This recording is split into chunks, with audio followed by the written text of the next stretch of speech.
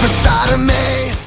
Hey guys, Biolizard1 here, and today I'm going to bring you my third black and white battle, and this is actually a battle against some person called Zen. I met this guy at my MSN, but I'm not sure about your name, so if I pronounce it wrong or if it is totally wrong and you're watching this, then please let me know in the comments or on MSN, and I'll be able to edit the video description. However, let's continue to the battle. I'm using the same team I used last time, and I'm starting off with my skipper, who is my Empoleon lead, because I just think Empoleon leads are pretty cool.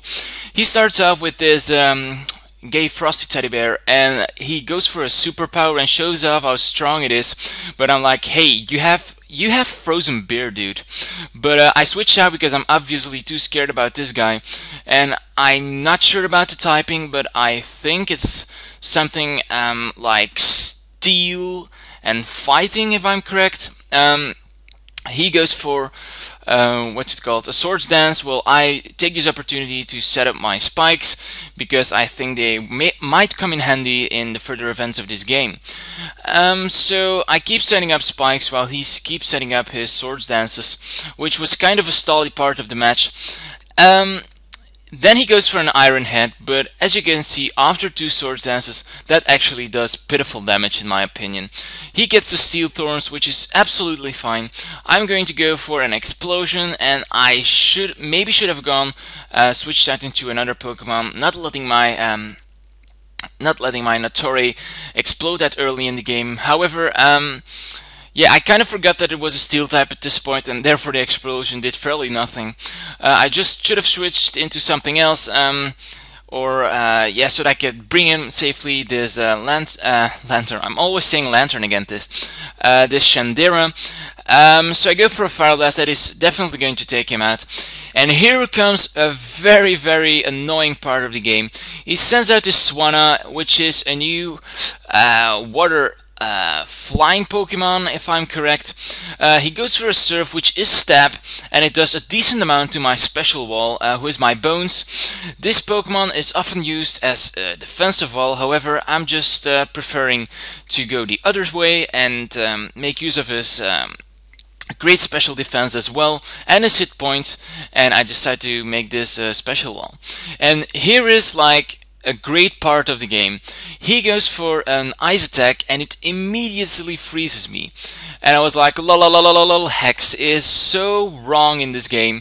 And yeah, I'm hoping to wake up because I have access to the roost. However, I get two opportunities, I think, to wake up, but I don't. So that is quite annoying for me. I'm getting some lefties, but that's all in vain. And since Surf actually does a lot, I just decide to let this guy die anyway. And at this point my two walls are down, so I'm really thinking that this is going to get a hard game for me. I send out my Punk, going to go for a Fake Out straight away. Fake Out does a fair amount of damage, considering that it has a decent hit points, if I am correct. He decides to go for another Bufu, I think, which is the new flying type move. Not sure what the secondary effects are. Really, I don't know. But I'm just going to go for a Payback, see how much that does. And yeah, Payback doesn't quite finish him off, but it did a fair amount of damage to it. I know that another attack is going to finish off my Punk, and this Swanna Pokemon is not sure about the Japanese name though, but this Pokemon is really tearing up my team. He may have gotten a bit lucky with the Ice Hex, but it's really doing great. I'm just going to send in my Shandira again, going for the Shadow Ball, and since my Shandira is scarfed, I'm going to outspeed, and it's definitely going to finish him off at that low amount of health. Now he's going to send out his teddy bear again, his Freezy Bear, and yeah, he gets totally raped by the spikes and the stealth rocks, so I'm thinking that a Shadow Ball would be enough to finish him off. Unfortunately it doesn't, which kinda got me wondering. He decides to go for a Stone Edge. It isn't Stab, and it isn't going to kill me, which was quite awesome. I'm going to go for a Shadow Ball, and that is going to be a dead teddy bear. So I'm still in the disadvantage because he has so many Pokemon left, and I have lost both of my walls. He sends out his Ianto, which is the new Bug Steel Pokemon, and this is actually quite an interesting Pokemon which I'm going to use in my next battles for sure. He decides to set up an Agility because he was expecting a switch, but I don't. I just decide to stay in because his hit points are fairly low, and yeah, I'd better stay in and attack something, right? So he goes for a Thunder Fang, not sure why, but it's enough to finish me off. Life Orb is going to finish him off as well, and things are looking better for me now. I'm going to go into my skipper. He brings out the Victini, and I'm just going to go for an Aqua Jet because I'm pretty sure I'm really sure that I won't be able to outspeed. So I go for an Aqua Jet. Aqua Jet does a fair amount of damage with the Thorns, even though attack isn't the best on Empoleon. He decides to go for a Thunderbolt that is obviously going to take me out since it's super effective.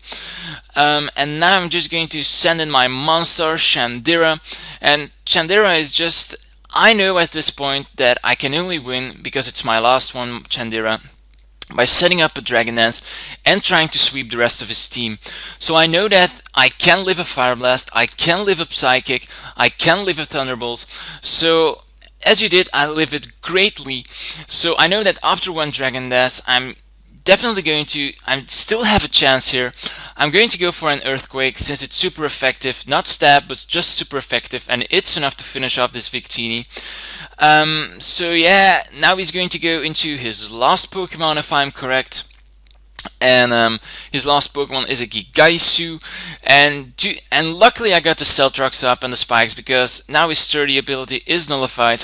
I'm able to go for an Earthquake, not stab again, but it's super effective, and it's going to finish out this Gigaisu, which brings it to a 1-0 victory for me after being at a really bad spot. So good gamers on for this great match. Actually, I really enjoyed it. I hope you guys enjoyed the battle as well. Don't forget to like, comment, and subscribe, and see you in the question of the day. So today I'm going to continue my question of the day series about your favorite new Pokemon in the Isshu region, and today we have come to the Dragon subtype. So what is your favorite dragon from the Isshu region? And for me this is actually a hard choice because both Ononokusu and Sazandora are looking hot. So, but since I have used Ononokusu in nearly all of my Wi-Fi battles now, I just say Ononokusu because of the great stats, even though I must say that Sazandora is pretty epic as well. Maybe that I change my opinion later on when using Sazandora some more often, but from now, on this moment, my favorite dragon type Pokemon is Ononokusu.